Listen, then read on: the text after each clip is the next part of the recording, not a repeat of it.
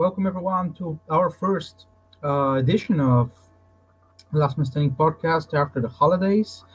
So I made a slight pause, a slight um, period period without having a podcast because of the holidays. Happy holidays to everybody listening to us. We're gonna start shortly. Well, I'm planning. I was gonna say I'm planning to have a shorter show, but I'm generally trying to make the show shorter because, as you know, there were a couple of shows that were literally like 2 hours, and I've told you about this. This is not a good idea. It's just flat out not a good idea. Short, I'm just gonna add a couple of things that I forgot. I forgot about the banners, of course. I would start having the show, but I would forget about this, of course. So I have some interesting topics today.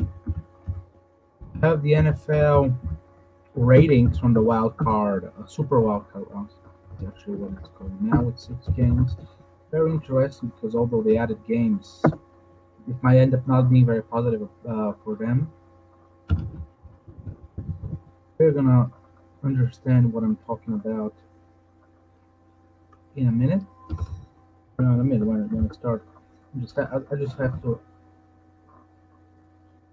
add the banners, and I'm gonna have to start recording with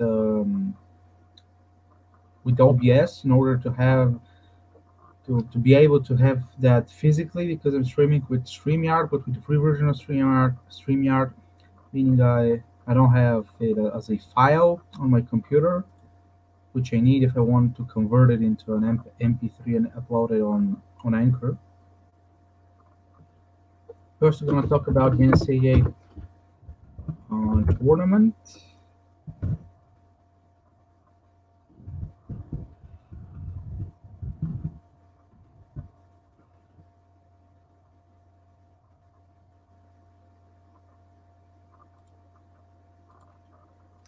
Some interesting things taking place there.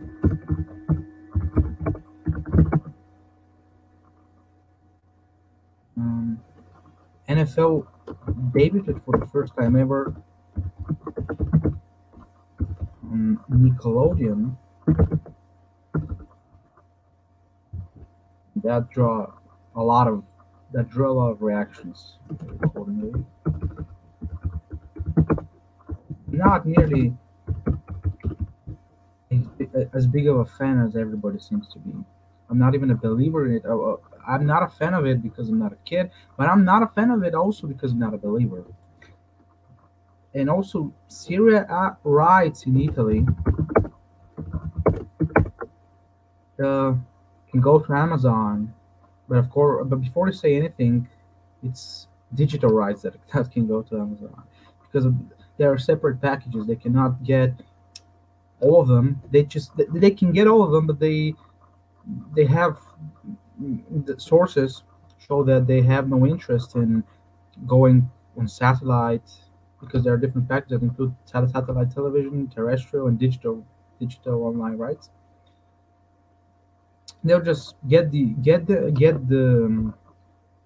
rights for the satellite, and they can sell them for probably a good profit to um, be honest. The current deal is between Sky, which is owned by Comcast, NBCU, NBC Universe, yeah,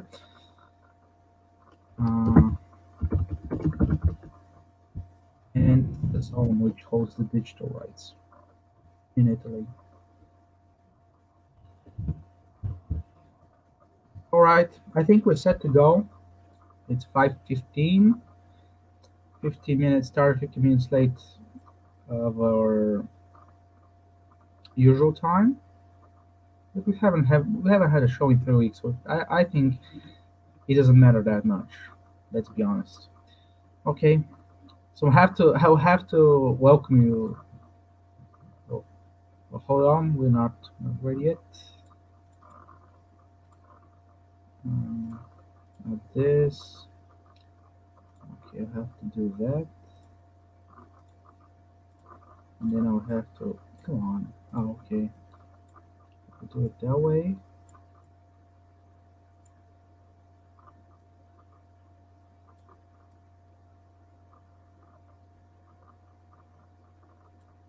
I'll have to zoom it even more.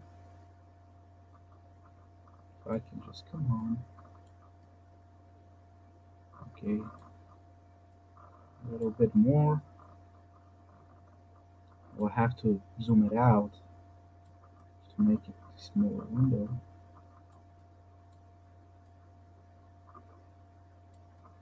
Something like that. Probably work or probably won't work. uh, okay, that is perfectly fine. Microphone set, audio I think is set. Okay, do it like that. Microphone. Why isn't it working for fuck's sake? Come on. Hello, hello. Whoops.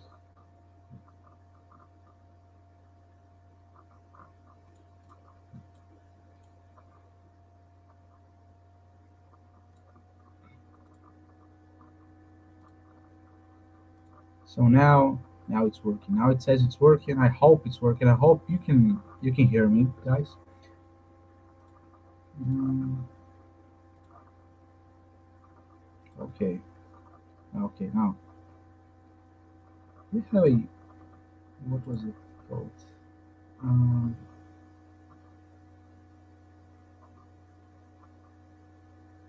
let's go to options. If I could just do that real quick, but no, apparently there is no real quick here. Okay. Hotkeys. Okay. Put it like that. I'll just have to press this, for example. Okay, this is fine. Okay, I'll have to save it. Come on, I'll save it.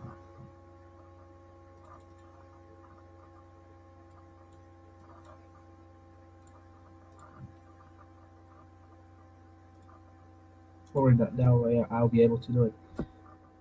All right, so 3, 2, 1. I just wanted to see if it works. I'm not sorry. 3, 2, 1. Hello, everyone, to another edition of Last Man Standing podcast. This is our 10th edition, and I'm starting this a second time because, of course, we're live on Home Run BG's YouTube channel.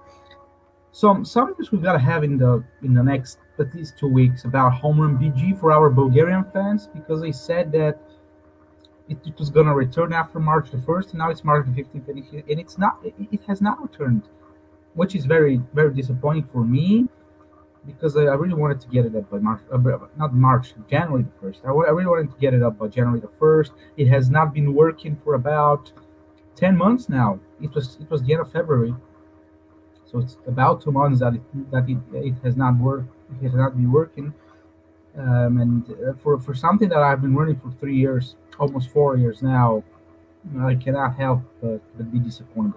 But for everybody who's watching us, who's watching me because of Last Missing Podcast or because of OTH, you are on the right place. You're definitely in the right place.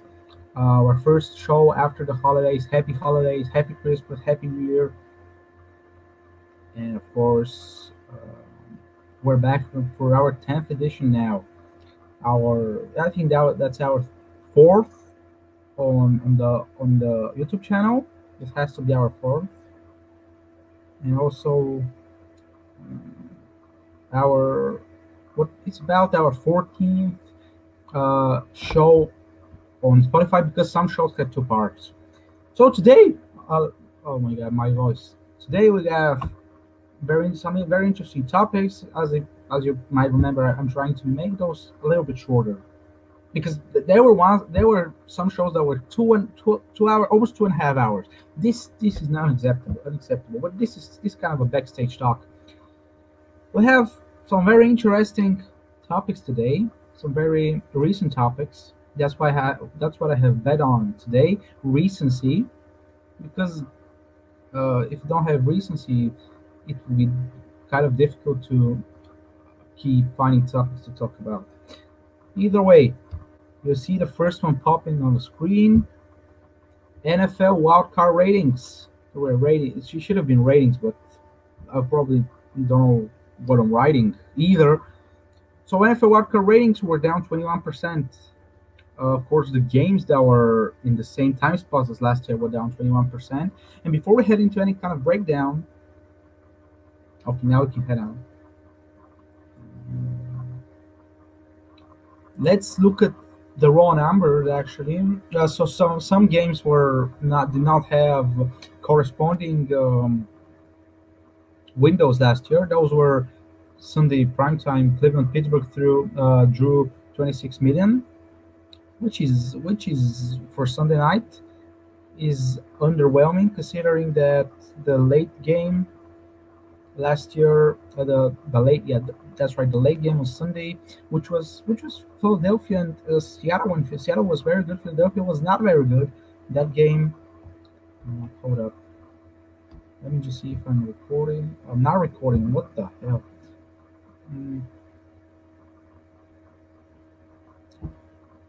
Mm, I'm recording, but just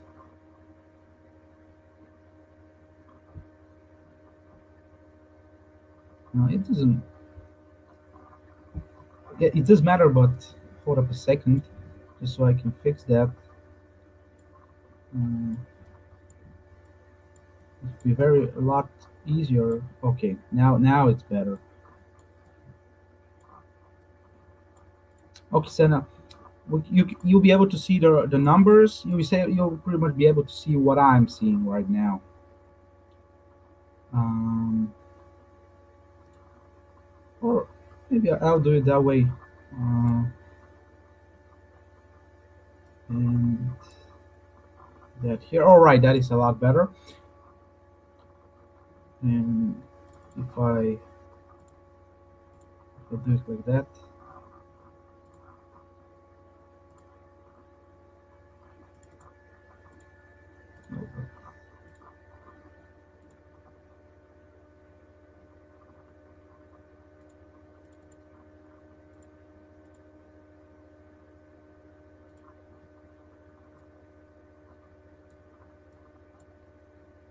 Okay, I'll just use the other camera.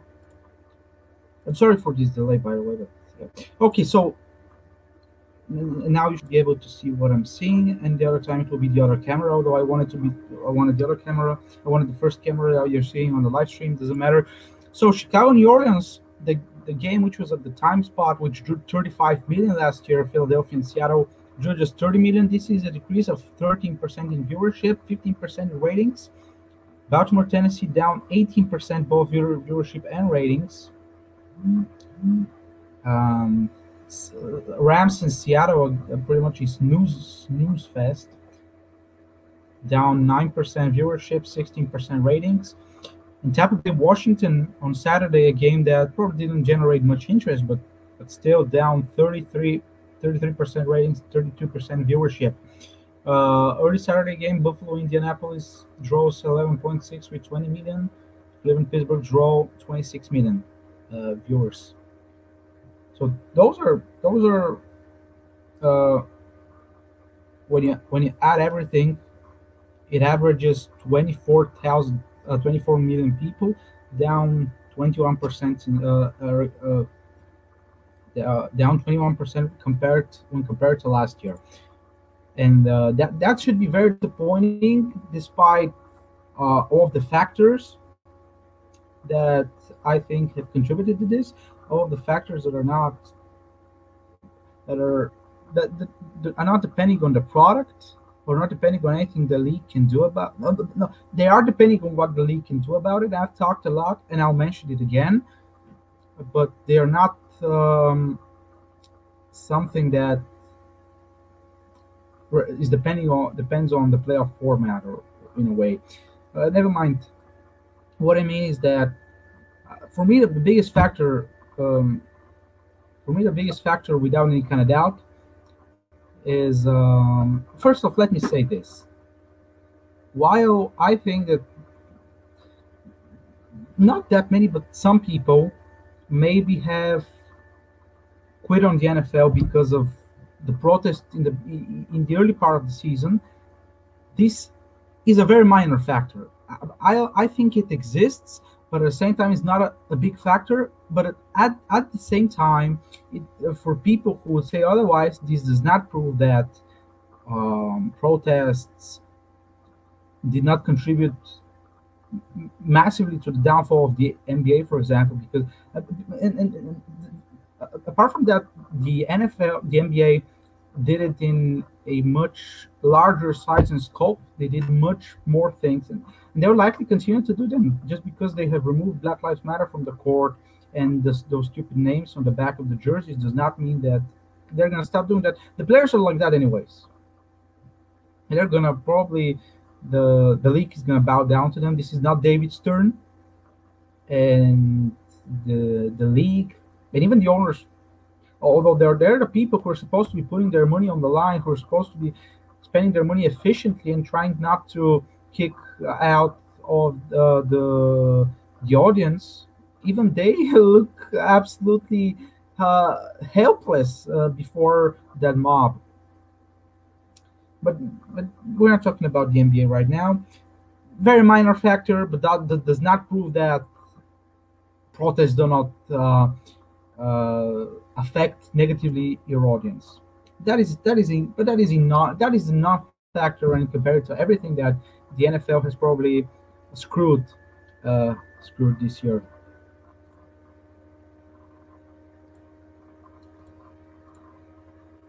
The biggest problem for me, let me just put it out there early on, because the biggest mistake that they made all season long was having to play too many games um, in front of no fans.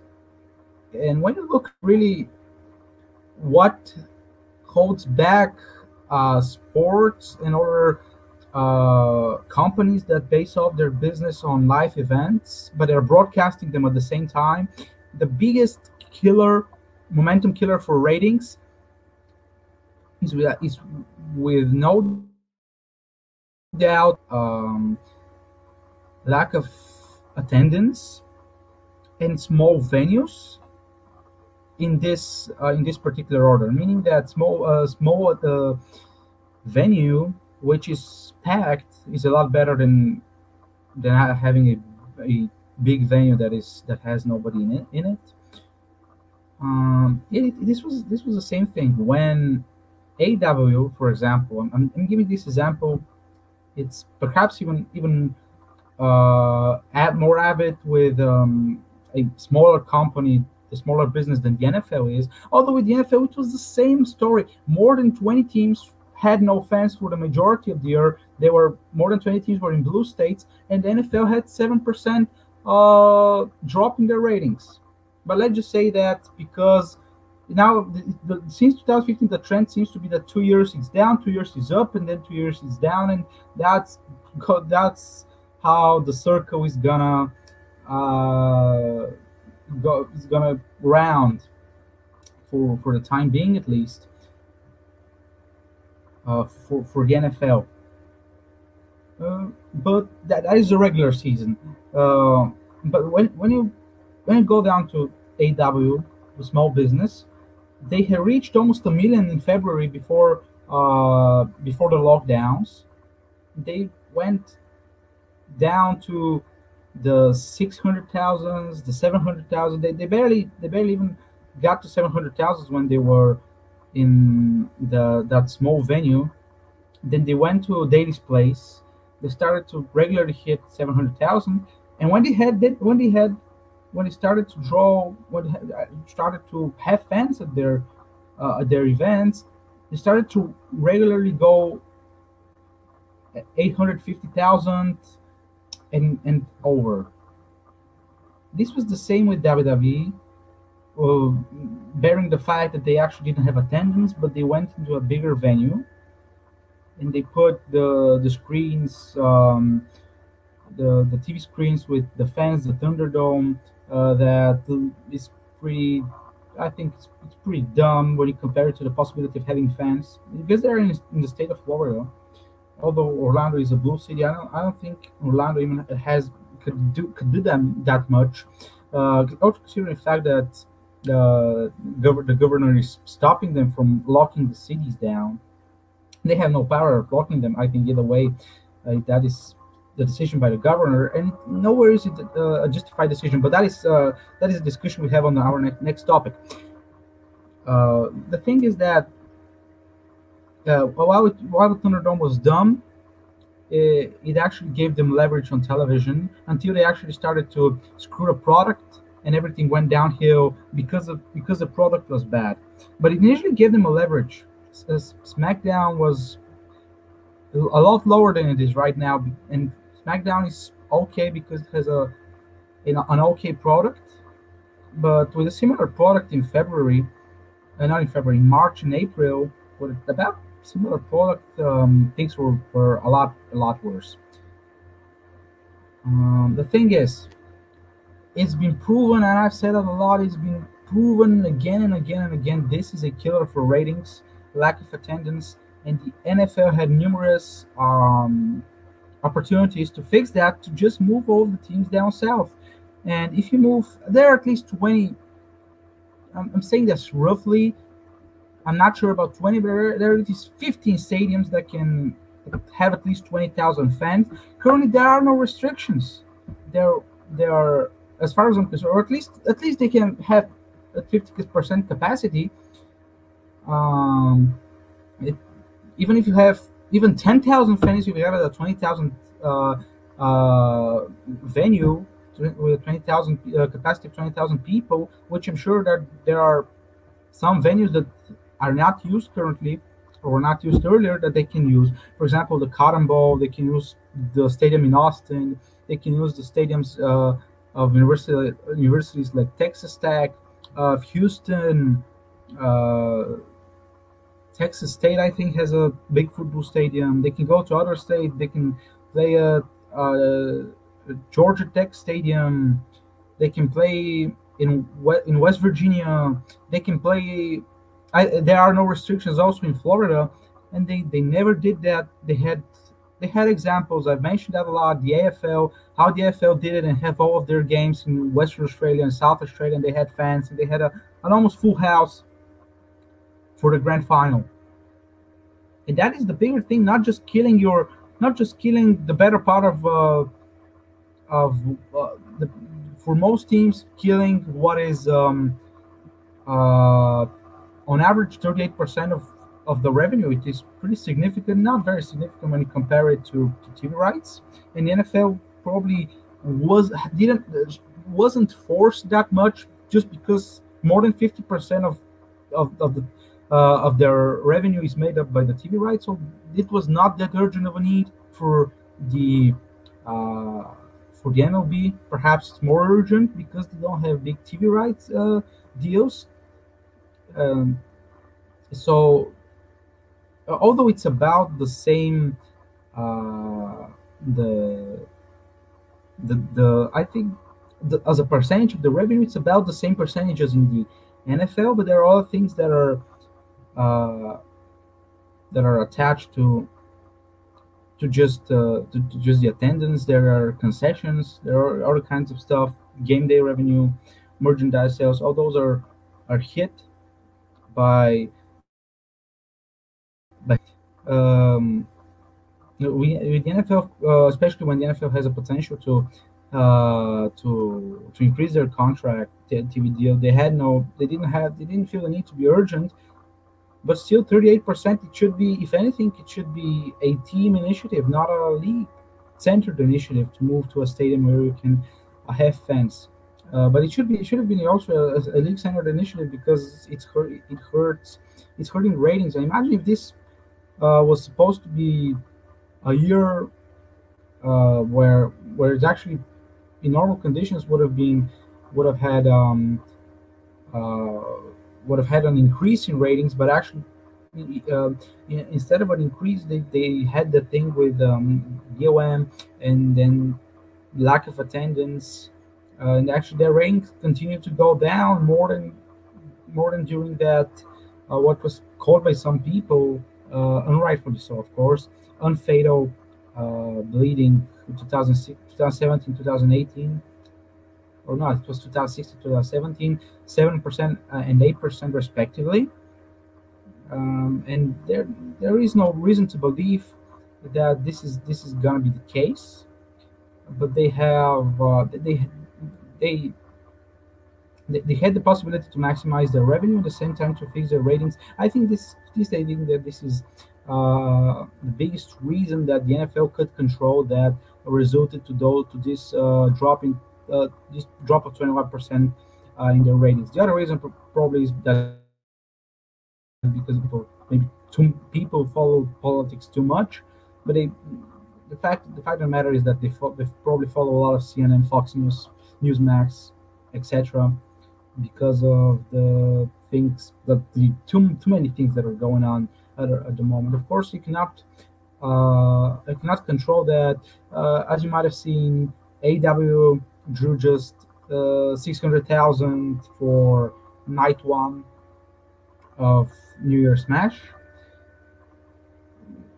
NXT drew about the same rating, but the fact of the matter is that they were both heard, but viewership for both shows was heard because of this. That same day, there were the Capitol riots, and probably the momentum for CNN and Fox has not gone away. People are going to watch this probably all the way through the inauguration. Maybe after that, who knows what's going to happen after the inauguration? Who knows if we're going to exist at the time of the inauguration? Nobody knows. But for which this day, I believe that for the 7% drop in the regular season and the 21% drop in the Super Wildcard round, this was the biggest reason because the trend has confirmed so. Moving on to the NCAA tournament, some decisions were made a couple of weeks ago, and reportedly the next part of the decisions is supposed to come soon, because the report states the end of January. But let's see, you can see it on the screen. No fans, no paid fans is the current decision of the NCAA tournament. They decided that although they're in the state of Indiana, when I was first saying that they kind of rolling back the lockdown. I watch a local wrestling promotion which is located in Evansville, Indiana. They stopped holding their shows because they're pretty much rolling back the lockdown, which is a terrible decision anywhere right now. And the only states that are strong enough to not roll back anything: Florida, Texas, South Dakota. Everyone else, whether blue or red, is mismanaging this worse than one could. And Indiana is in a similar situation, but is at least a good bet that in March, the state of Indiana, the governor of Indiana, would be right enough. Not right enough. Red doesn't not equal that, but would be right enough and would be smart enough. It would follow actually what the real numbers say, that to have as little restrictions as possible. Certainly to have fans allowed at games. By the way, I think Colts are allowed to have fans. I'm not sure if they're allowed, which is another dumb. It is dumber than the Bills being allowed to have fans, but nothing else in New York being allowed to have fans. I think the Raiders and Islanders who played had no fans, but the Bills are allowed to have fans. Not just the Raiders and the I'm sorry, not just the Rangers and the Islanders.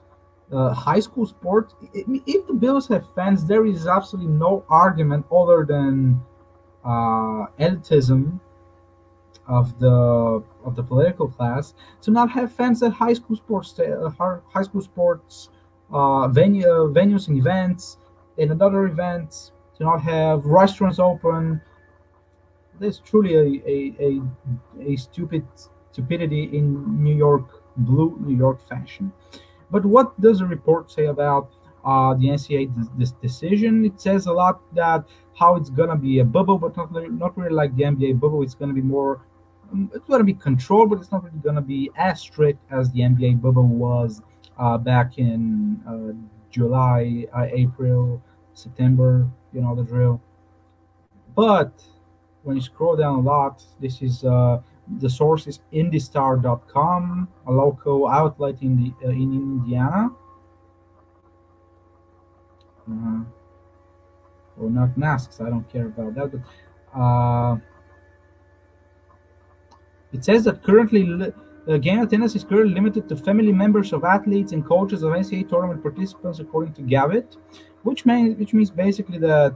The, and the previous report that I read was stated that the the limit was about 430 people, which basically is not. It's as if you have no attendance because you cannot sell them.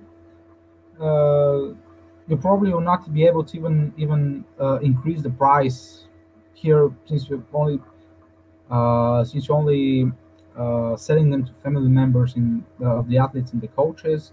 You cannot sell them, and perhaps even besides if you even increase the price, um, you just 430 people is nothing.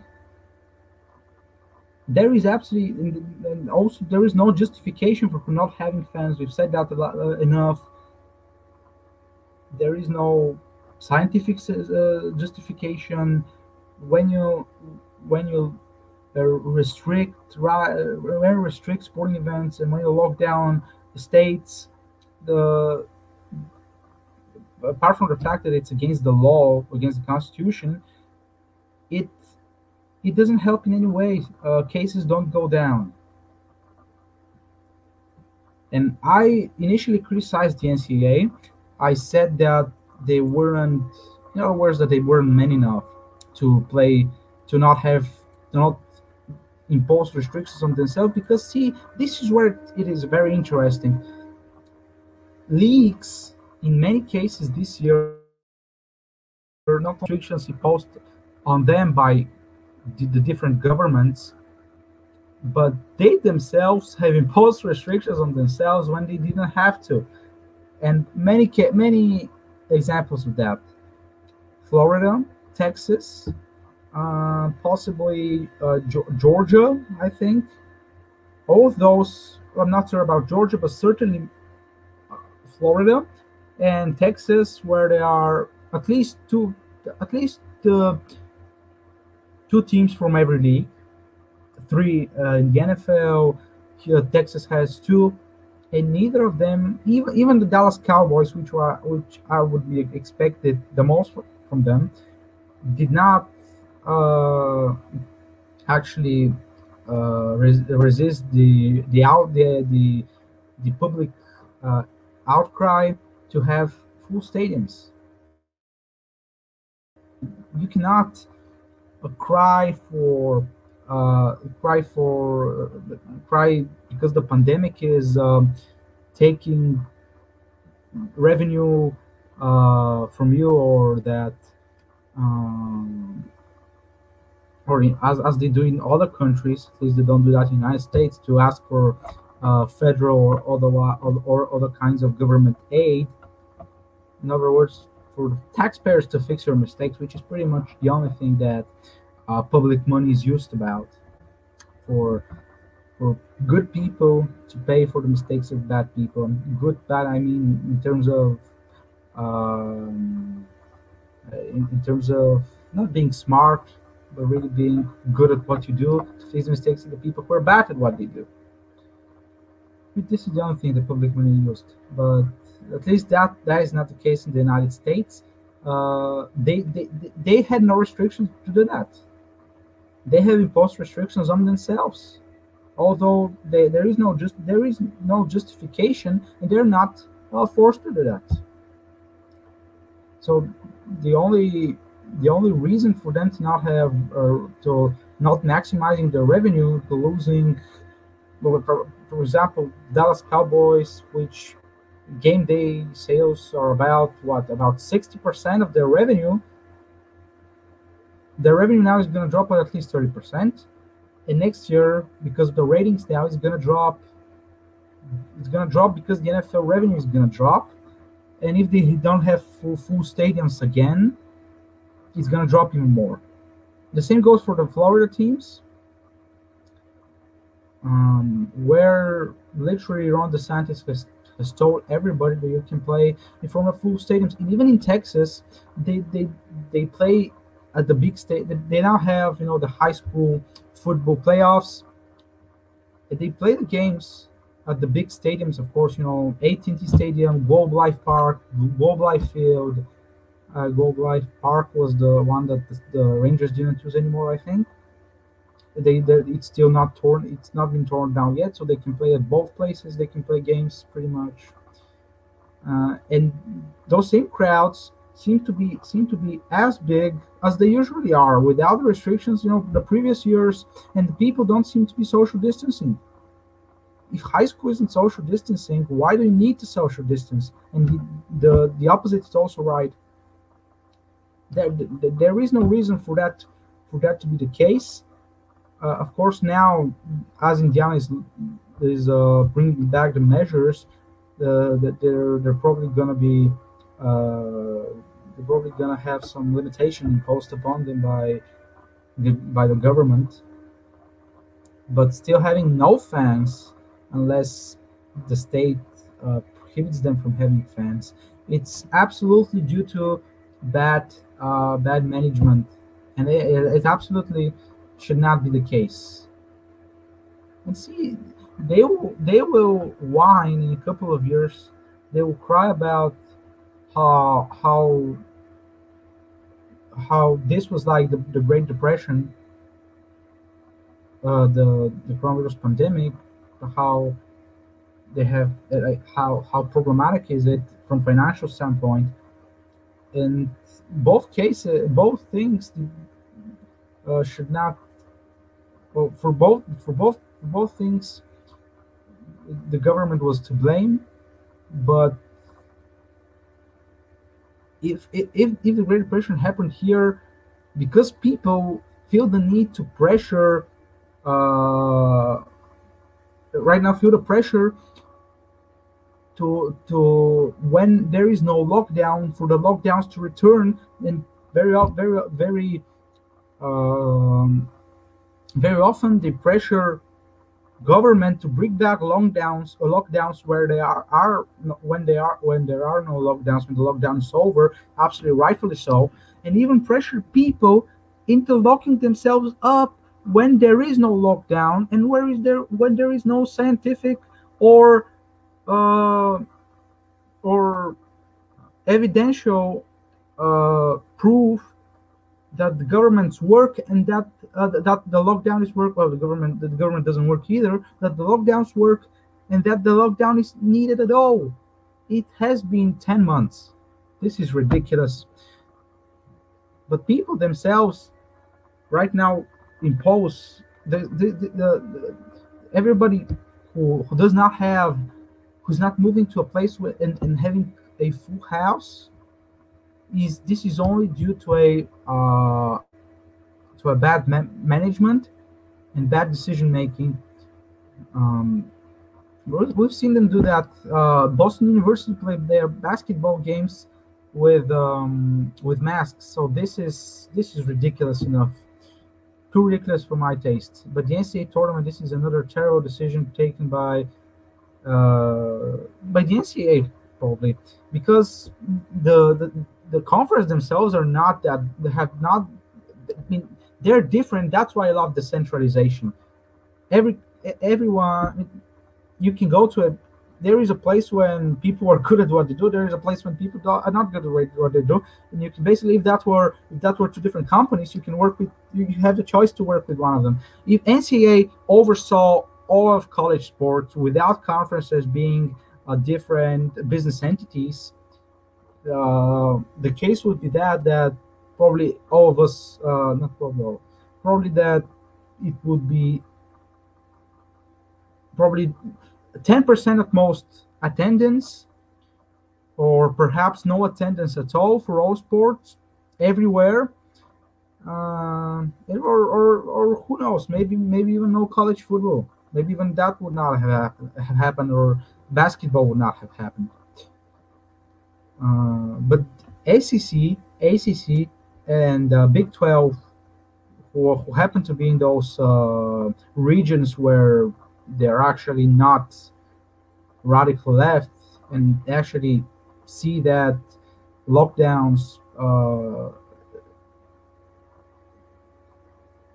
the lockdowns are against the people's constitutional rights, and that they don't work, and that they're not justified, and that they're not necessary. And those they had from uh, from one from on the one hand they were comfortable enough to do that because the governments were not pressuring them with the lockdowns, but on the other hand, you can see how the other conferences have the opportunity to move to places there are no lockdowns, and they don't do that. So you can see that those conferences are doing a lot better of a job. I talked about the Pac-12 on one of the shows here. How I mean, they could easily have moved to um, Montana, South Dakota, and some of the other teams could have moved, for example, to Texas and Oklahoma, and for example, Arkansas. I think that's how it's pronounced, and they would have been perfectly fine. Even the travel is not too big. The teams are relatively close to their states. The ones who are located in Idaho, Montana, South Dakota are even closer. So they don't actually need to move to bubbles there, or to live there temporarily. They can study during the week. They can, without any problems, they can practice back in California, Oregon, Washington, Arizona. They can just travel there to play the effing game and have fans and get to recover financially. But not doing that is due to bad management, because clearly governance is bad in those states. But this is a show that talks about business decisions, and those people are doing bad business decisions. This is a bad business decision by the NCAA tournament for very obvious reasons. Okay, now very something quite interesting that happened. It is, and yeah, I know I haven't written Nickelodeon the way I should have, very properly. But it's interesting. I actually thought that this had happened last year. For some reason, I thought that this was the case last year with with the CBS game in the wild card round.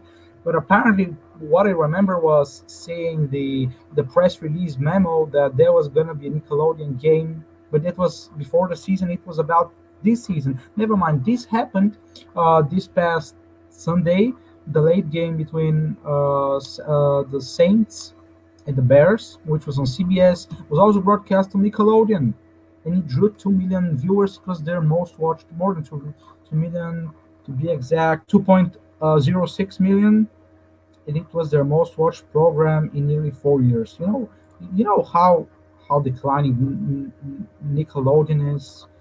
This, if not, Nickelodeon has done a tremendous job lobbying for this game, because Nickelodeon is bleeding. It just has so many good programs, but even I cannot look at Nickelodeon seriously, or any of the other TV channels for that matter. But they have you can that it is Nickelodeon is a pretty good example of going broke and then going woke because you went broke. And there is nothing interesting in Nickelodeon anymore.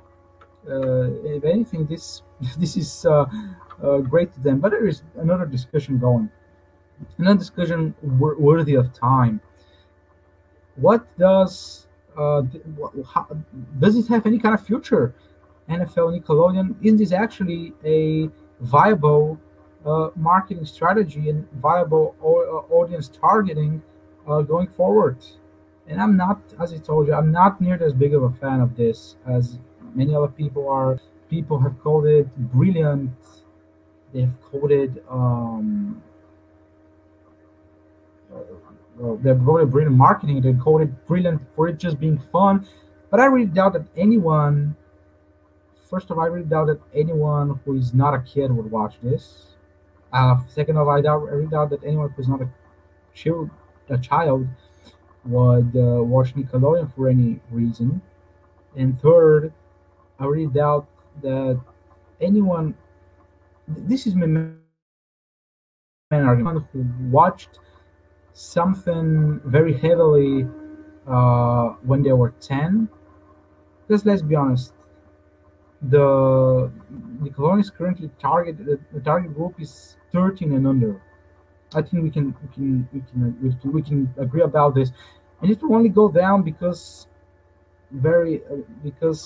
early teenagers and even pre-teenagers watch the programming which years ago would have been considered kind of adult, perhaps, or maybe would have considered, and maybe it would have been absurd for anyone 15 and for everyone 15 and under to watch this.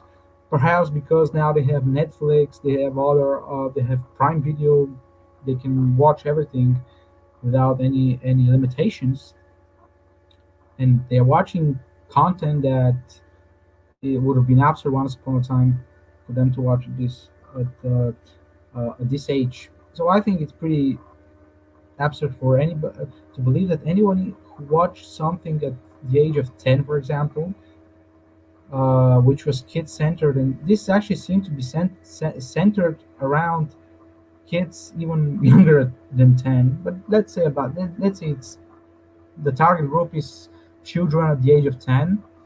I really doubt. I've never seen a person who watched something at the age of 10, which was kid centered, and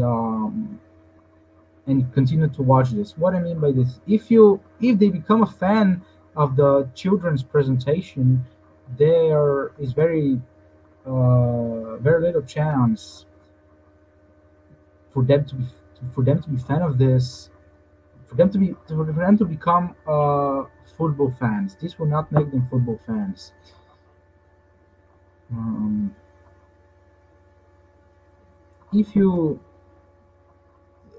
it From this standpoint is it also can be considered inefficient expenses from the standpoint that because my thesis is centered around how you don't need to do that. But the thing about it, nobody who watched kid-centered programming the same thing years after that. So it means, and also children are not very not really followers of shows. They really are as if someone was watching something just to kill time. They're not um, fanatics of a particular show. They're not really loyal fans. So that means that if they are, if they if they watch a football game which is children centered, with the presentation of which is the presentation of which is children centered, it is not a certainty that this will make them football fans. It will just mean that when they become older, when they don't want to watch this anymore, that the whole idea of football, they'll have to reacquire the fandom about about football from the whole beginning. They'll have to start off clean altogether. You have to be, if anything, have to be centered at making them loyal fans at this age. The other thing is that it usually affects your product negatively when when trying to center. Oh, you always have a target group. You always have a target group, but this target group, it's not the best thing. I mean, for example, if you're chasing people between, for example, if you're chasing the teenage target group, if you in a way adopt some kind of a gimmick which is teenage, this will most probably affect your presentation negatively. Target groups most often um, work when they're incorporated into marketing. I think this is, for example, the thing that you do with with Facebook promotions. You try your product to seem as serious and as high quality as it can be. For example, if you have a football league, you try to market highly. This is my perfect marketing plan if I had a league. I market the hell out of every, for example, every head-to-head matchup for the first place, or every battle, every playoff battle, every playoff scenario, and by pumping the the meaning behind all of those battles. I pump up the meaning behind every game. Every game seems very important, and at the end of the day, it will have it will also contribute to the fact that your identity, because brand identity is very vital. Also, what do you do? You incorporate target groups, demographic groups, incorporate them into marketing. For example, I'll give you an example with Facebook promotions. This is what you do with a Facebook page you're trying to market a product with. You use the demographic group. Your product is serious and seriously presented in a manner that it seems as high quality as possible. And when you try to promote it using Facebook promotions, that is where you try mm, to kind of make your demographic, to kind of put a demographic group into the the Facebook promotions mechanism, to make it as specific as possible, but not too specific in order to still have your reach. And that way, you're marketing a product to people who potentially like that product if it's high quality. If you adapt some kind of gimmicks that affects negatively a product, and um, also it might have a possibility of people, because you have competition. The NFL does not have really competition of people leaving to go to a place where they can actually watch what they're interested in. And I think that's always been I think that's always been the successful way for sports. Even with things that teenagers watch, they watch the fantasy movies, for example. All of those teams seem to, and or oh, the music is not serious, definitely. But the thing about also fantasy movies, they are made in a manner that they they try to, because they're always centered around a fictional world. It is the center is about making the fictional world as sophisticated and as interesting to follow as possible, not necessarily making everything there pop culture, but making it as sophisticated in order for a person to stay engaged with it. And then you market it towards people who might potentially want to watch this.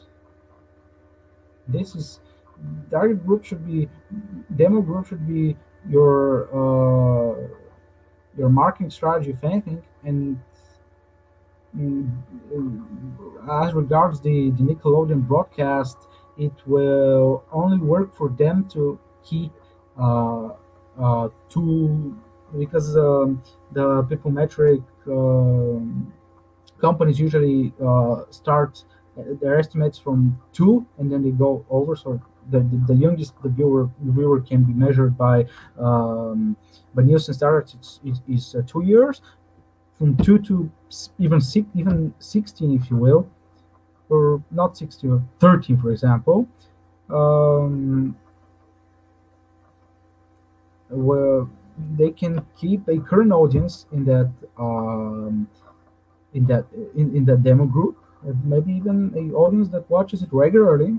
If they, for some reason, they have that every week, which would be bizarre. It will not be just the expenses for that would not be justified. But this is not actually a demographic group that um, advertisers are set to prioritize. That this doesn't really isn't also a demographic group with interest, so it also is difficult what kind of people you're supposed to target. And these are just currently extra viewers, but they might not be worth the expense. And they certainly, I would not say at this time. I might be proven wrong. If I'm proven wrong, that would be very bizarre. But currently, I wouldn't say that those two people who watch the NFL Nickelodeon are guaranteed or even would be intrigued to watch the NFL 5 or 7 years from now. So that does not mean that you keep them fans. And that is the same thing. Eric Bischoff used to say the WWE did great job keeping their children, keeping the programming children friendly. There is obviously a difference between children friendly, which is something that families can watch with their children. If it's something that is, for example, the Attitude Era, you might kick off families off of your audience. You're kicking children, but you're also the, those two people who are the parents. Honestly, you're kicking out the whole family. Um, but there is difference between that and between children centered, which WWE sometimes has tried to be, not really currently, but because it's wrestling, but it has that phony look to it. They've tried also in the 90s. Not only was this not successful, but it's very unlikely to see those people who watch that torn down and watered down version of wrestling, which not only gimmicked into having some kind of clowns or some kind of dumb gimmicks. But this also has uh,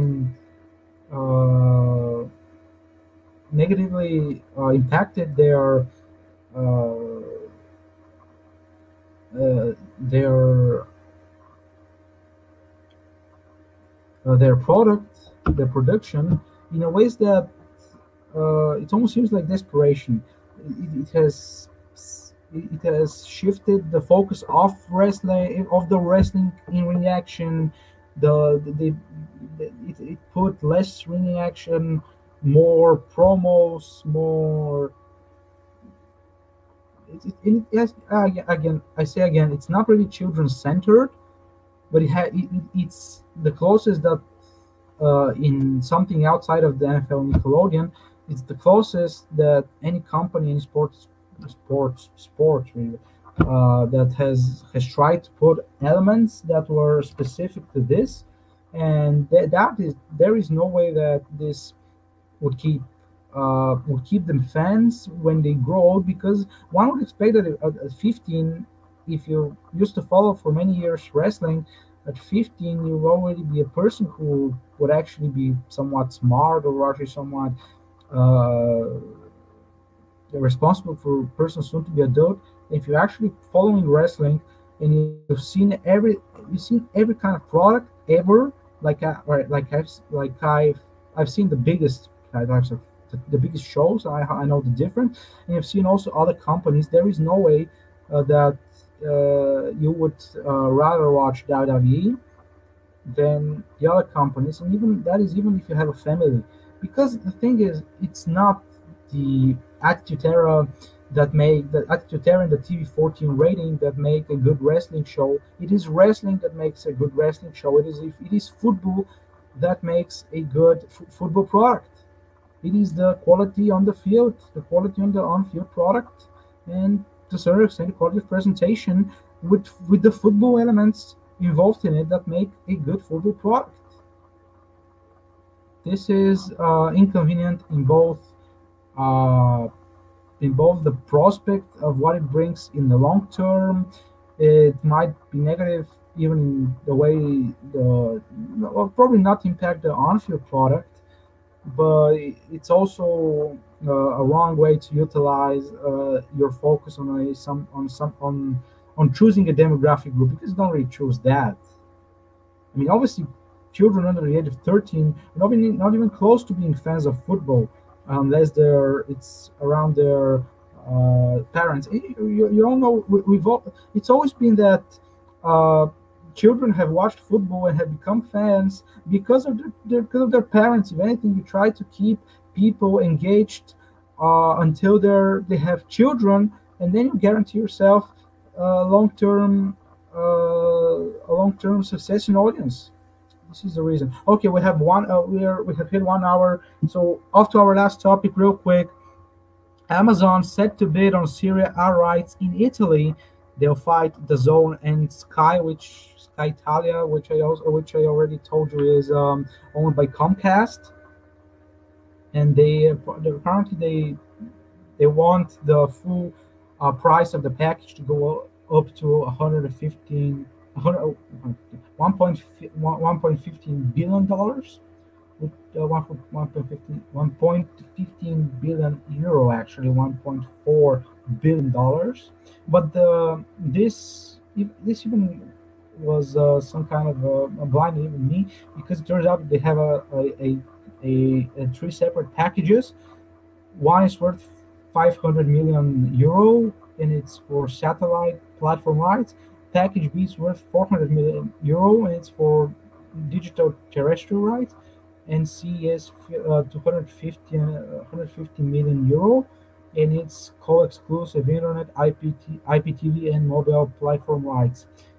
And according to that report, which is by Sports Pro Media, Amazon is gonna focus on the digital packages, because they kind of have no they have no choice. If they buy the digital, they buy the satellite platform rights.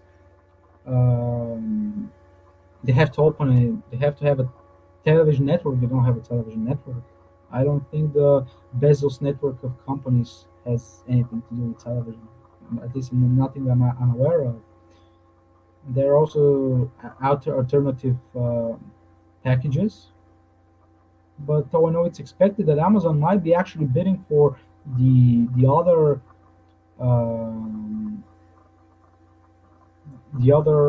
um, packages and try to sell them or sub-license them for some kind of profit, which would be a pretty good business decision, considering that they have the full control to get more than they bought those rights for.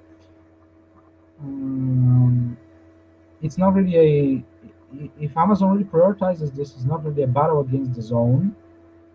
If anything, what's very interesting here is that it looks like leagues still, because I kind of was wrong when I thought Amazon Prime did not have audience. It obviously has a big audience because everybody who subscribed to Prime has Prime Video.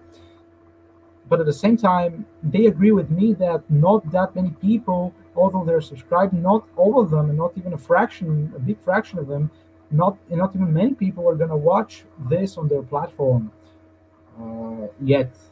So that means that still those kind of things, not maybe even the interest, the group of people, the interest of the group of people who use that might not be very sports friendly to the extent where the what's hyped is, this is my concern, what's being hyped, not that internet is not getting bigger for sports rights. It is growing more than anything has ever grown, more than television, more than radio, more than even probably newspaper business cover, not business, sports league, coverage of the sports leagues. It's covering a lot, um, a lot quicker than ever. But still, they have no interest in making those rights into one package. They might even be able to get more for them. Who knows?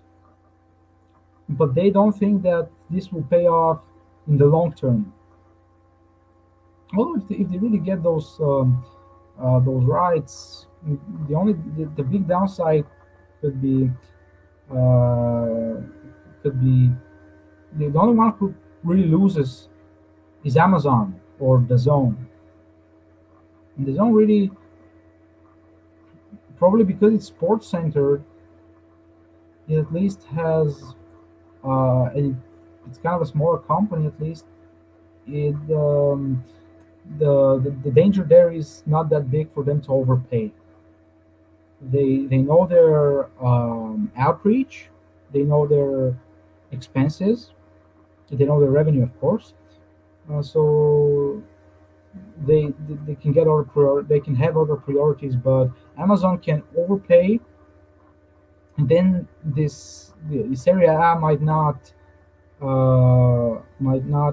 amount nearly to what they've paid,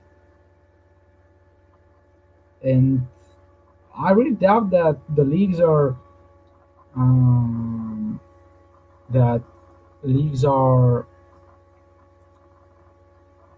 really concerned that this is gonna make their audience smaller, because they've sold the rights to a digital company, because they still keep the satellite alive.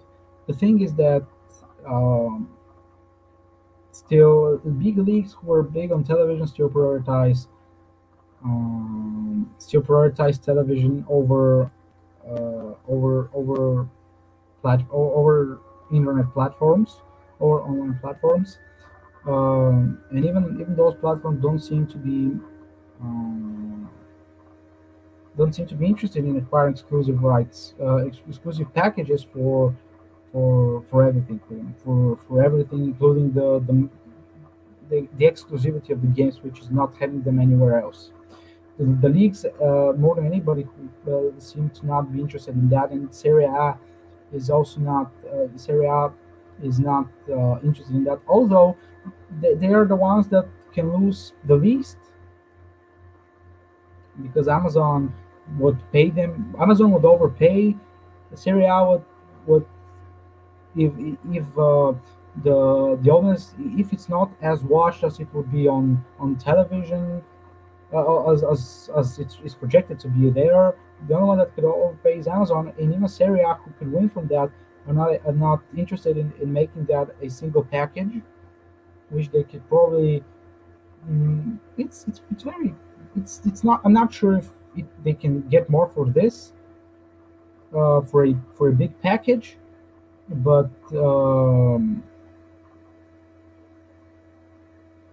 they're not. But they're still keeping them a couple of separate packages. So that is everything I'm saying. I forgot to put yeah the banner here. So Amazon would probably make a good bid to a good try to overbid the zone. So that is everything for today. Thanks for watching another week of Last Man Standing podcast. Some interesting action in the NFL. It would be very interesting when the NFL finally returns to what's being their normal format with the matches, to see how the ratings are going to be now that we have the Green Bay Packers and the Kansas City Chiefs back at it. We have almost only big teams remaining. The Rams are not really good because Goff has injury problems, but the rest of the games are pretty high profile, and it'll be interesting to see if and almost the games. Interesting. It will be interesting to see if the games which have attendance, like the Kansas City and the Browns, would not be bleeding like some of the games this week. And it will be interesting to see if, for example, the Green Bay Packers game will be underwhelming in the ratings, and also Buffalo and Baltimore will have fans, but in the NFC, the Saints don't have a big crowd. It will be interesting to see how that compares to, for example, last year's late game on Sunday, and also to see what NCAA tournament decide. But they're kind of dependent right now on the state, on them, not on the Indiana government not going into lockdown. So that is all for this week. Thanks for listening to us. If you're listening, actually, you can subscribe on all platforms. We're available. Last Mistake Podcast is available on Anchor, on Spotify, on Overcast, on Google Podcast, and everywhere you get your podcasts from. If you're watching this on YouTube, You can subscribe to Home Run BG for, and you see all kinds of sports content from here and from Home Run BG. This will include the Last Man Standing podcast, the Home Run BG podcast, highlights from Last Man Standing podcast, highlights from the podcast of the biggest baseball specific media, and also other kinds of sports and baseball related content. So thanks for watching. This is all for this week. Have a nice week, and we'll see you next week. Next Friday again at 10 o'clock, 10 a.m. Eastern, 5 p.m. Bulgarian time, 3 p.m. British time, 7 o'clock Pacific. Have a nice day. And I'm gonna tell goodbye here on our stream. Thanks for watching. As I say again, next week, 10 a.m. Eastern, 5 p.m. Bulgarian time. We'll have all kinds of interesting stuff. Until then, you can watch some of our other shows here on Home Run BG with the information. You see the banners here. They are pretty useful for seeing what I actually talk about. But this is all for this week. Don't forget also to go over and subscribe to Spotify. And that is all for this week. Goodbye.